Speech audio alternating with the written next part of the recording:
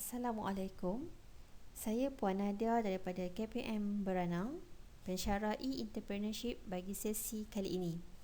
Sebelum ini, rakan pensyarah saya ada menerangkan beberapa subtopik berkaitan chapter 1. Untuk kali ini, saya akan menerangkan berkaitan topik type of business. Basically, type of business divided by 4, which is sole proprietorship, partnership, private limited and public limited. I will explain more about sole proprietorship and public limited. Okay, first, for sole proprietorship, solely owned and operate by one individual, which means it has a single owner. Large number of employees.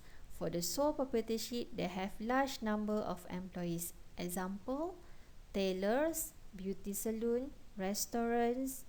Only Malaysian citizens who are permanent resident can register a business as a sole proprietorship. Okay, next we go for the advantage for sole proprietorship. For the advantage of sole proprietorship, first is easy of formation.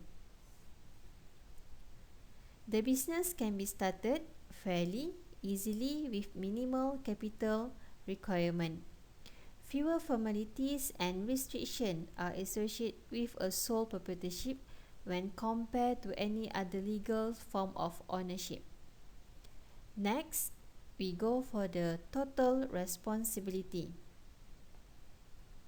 For the sole proprietorship, the owner of the sole proprietorship is willing to accept total responsibility for the firm performance. The survival of the business rests on the shoulder of a sole proprietor. Next, for the advantage of sole proprietorship is return profit. A sole proprietor will get full profit as his personal property. Since there is only one owner, all earnings go to the sole proprietor. The owner can exercise his entrepreneurial skill to the fullest. The next advantage is about freedom of choice. As a sole proprietor, he has total independence in decision making. As a sole proprietor, is his own boss and has complete control over the way the firm is run. As the owner of the business, he can make decision and run the business the way he wish.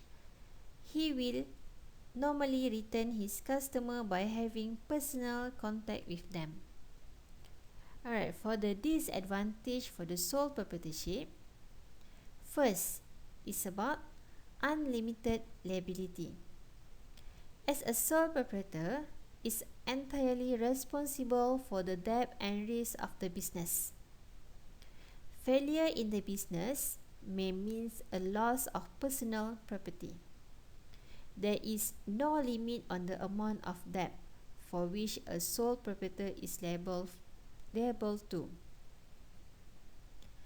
Next is about the lack of continuity. If the owner dies, is judged insane or simply withdraw from the business ceases operate. The next one is about lack of experience in business. Business operate depend on the one individual and his ability only, which it will limit restrictions and scope of the business. Next is about incur all loss. Just as the owner enjoyed the company profit, he also incur the loss. Alright, the last disadvantage of sole proprietorship is limited access to fund. As a sole proprietor has very limited access to fund. This means the business that require heavy initial investment seldom operate as a sole proprietorship. Fund may be insufficient. Fund may be insufficient if the owner wish to expand rapidly. So they only have limited capital to run the business because they only have one owner. Okay, for the next one, we go for the next is about public limited. Okay, for the public limited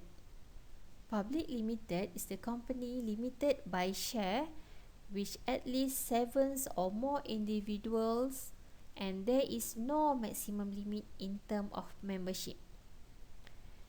The size of the company is large. They can raise capital by selling share to the public. Company run by board of director, and the board of director elected by the shareholder. Public, for the public limited, public means stock can easily purchase or selling by investor.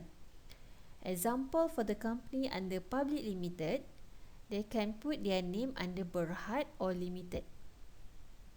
Okay, next we go to the public limited advantage and disadvantage. For the advantage of public limited, first is about transfer of ownership. Ownership can be transferred through the sale of stock to interest buyer. So they can transfer the ownership to the person who are interested to buy the stock and to invest in the company. Next is about the perpetual life. The company has a separate and distinct life from that of its owner and can continue for an indefinite period. Okay, next one is about the ease of expansion. Size is not a barrier. A public limited can has a great potential for expansion. They can expand their business dengan issuekan their share, and when they issue their share, they have the investor who are interested with the company. And the investor can buy the share from that company. Next one is about the economy of scale. Operational output is bigger, which enable the firm to enjoy economy of scale. For the public limited, the size of the company is large, means the productions of the company is bigger. So for the economy of scale, they can enjoy the economy of scale because they can produce more product in the market.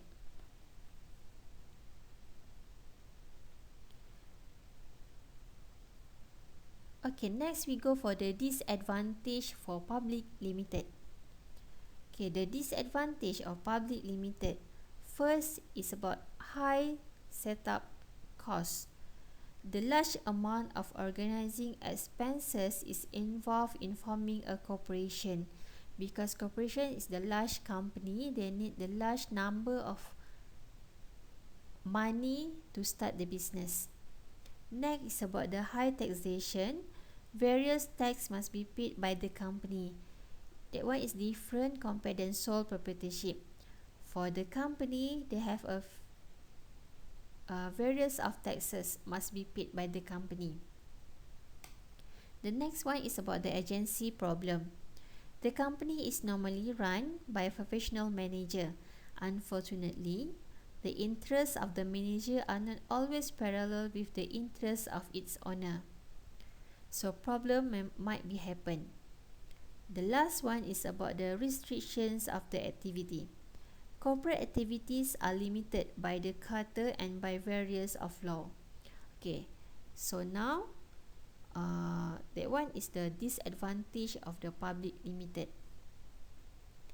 Okay, that's all. Thank you.